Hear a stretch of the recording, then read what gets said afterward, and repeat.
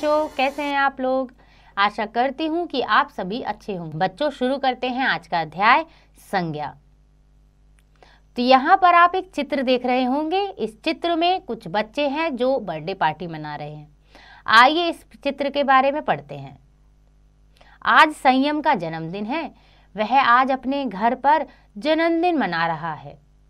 उसके कुछ मित्र भी आए हुए हैं। वे सब बहुत सारे उपहार भी लेकर आए हैं। संयम को उपहार में बहुत सारे खिलौने मिले हैं। उसके कमरे में यानी उसके कमरे की सजावट देखते ही बनती है। सफाई का भी पूरा ध्यान रखा गया है। सभी बच्चे इस पार्टी के आनंद ले रहे हैं।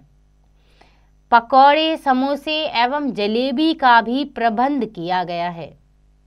तो बच्चों, यहाँ पर संयम का जन्मदिन है और देखो क्या क्या हो रहा है।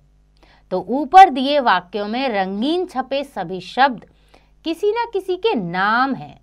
जैसे घर, कमरा ये एक स्थान का नाम है। संयम, बच्चे, मित्र व्यक्तियों का नाम है। उपहार, खिलौने, पकोड़े, समोसे, जलेबी वस्तुओं के नाम हैं।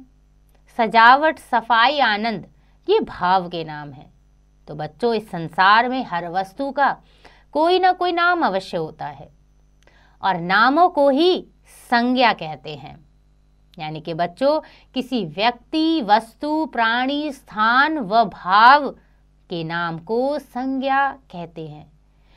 हम रोजाना जब आपस में बातचीत करते हैं या कहीं जाते हैं, कुछ बोलते हैं, तो उनके कोई ना कोई नाम होते हैं और इन सभी को ही हम संज्ञा कहते हैं। आइए जानते हैं संज्ञा के भेद। तो बच्चों, संज्ञा के मुख्यतः 3 भेद होते हैं। व्यक्तिवाचक संज्ञा, जातिवाचक संज्ञा, भाववाचक। आइए बच्चों पढ़ते हैं संज्ञा के भेद। तो बच्चों, संज्ञा के मुख्यतः 3 भेद होते हैं। व्यक्तिवाचक संज्ञा, जातिवाचक संज्ञा, भाववाचक संज्ञा। लेकिन कुछ विद्वान संज्ञा के 2 भेद और मानते हैं। यानी चौथा समूहवाचक संज्ञा और 5वां द्रव्यवाचक संज्ञा। तो आइए बच्चों एक एक करके सबको पढ़ते हैं। सबसे पहले जानते हैं कि व्यक्तिवाचक संज्ञा क्या होती है।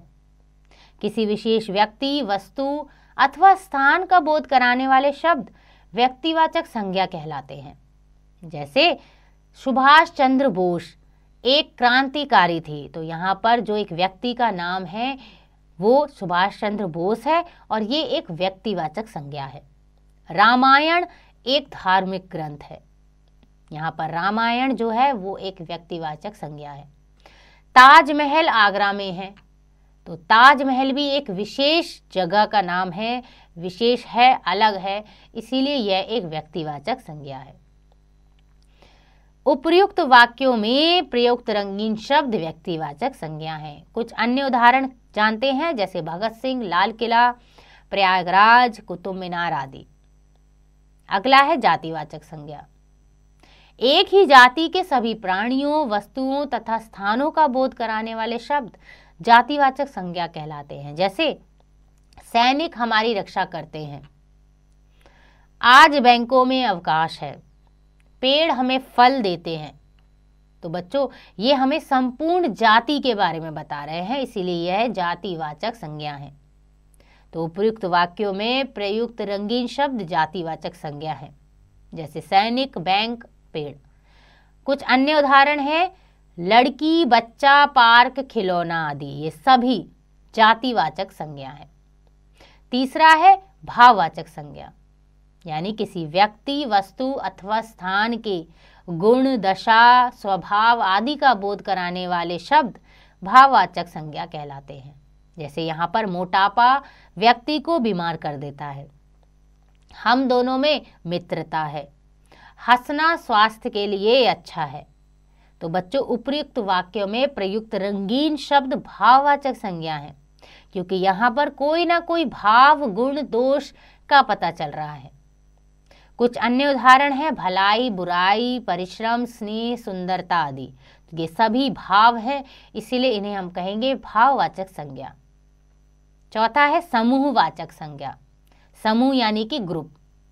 जो शब्द किसी व्यक्ति, प्राणी, समूह, झुंड, समुदाय आदि का बोध कराते हैं, वे समूहवाचक संज्ञा कहलाते हैं। जैसे कि बाग में कई पेड़ हैं, यह मेरा परिवार है, अंगूर का गुच्छा हरा है। तो यहाँ पर एक समूह के बारे में, एक ग्रुप के बारे में बताया जा रहा है, इसे हम कहेंगे समूहवाचक संज्ञा।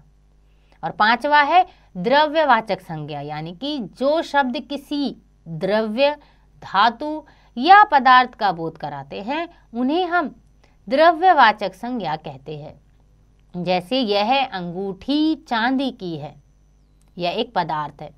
मेज लकड़ी से बनी है, गाय हमें दूध देती है। तो बच्चों ये सभी द्रव्यवाचक संज्ञाएं हैं, क्योंकि ये किसी धातु, किसी पदार्थ के बारे में बता रहे हैं। आइए बच्चों पढ़ते हैं भाववाचक संज्ञाएं बनाना, यानी कि जो हमारी भाववाचक संज्ञाएं हैं वो कैसे बनती हैं। तो भाववाचक संज्ञाएं मुख्यतः जातिवाचक संज्ञाओं, सर्वनाम, विशेषण, क्रिया और क्रिया विशेषण से बनाई जाती हैं।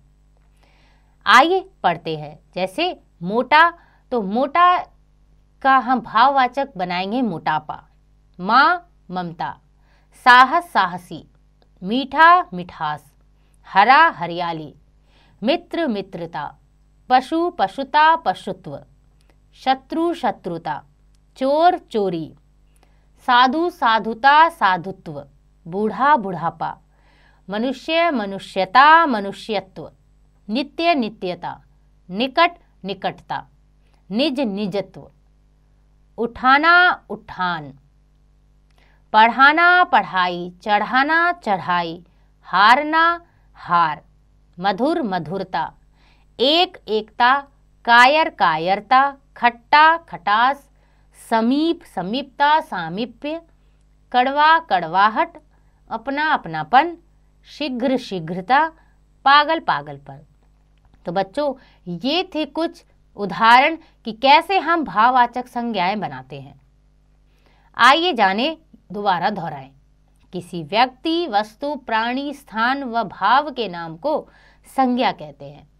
संज्ञा के मुख्यतः 3 भेद होते हैं, व्यक्तिवाचक, जातिवाचक तथा भाववाचक। किसी विशेष व्यक्ति, वस्तु अथवा स्थान का बोध कराने वाले शब्द व्यक्तिवाचक संज्ञा कहलाते हैं। एक ही जाति के सभी प्राणियों, वस्तुओं अथवा स्थानों का बोध कराने वाले शब्द जातिवाचक संज्ञा कहलाते हैं।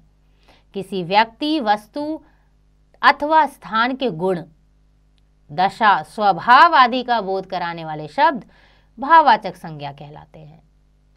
कुछ विद्वान संज्ञा के 2 भेद और मानते हैं, जैसे समूहवाचक और द्रव्यवाचक संज्ञा। बच्चों आशा करती हूँ कि आपको यह अध्याय समझ आ गया होगा। इसका अभ्यास आप स्वयं कीजिएगा।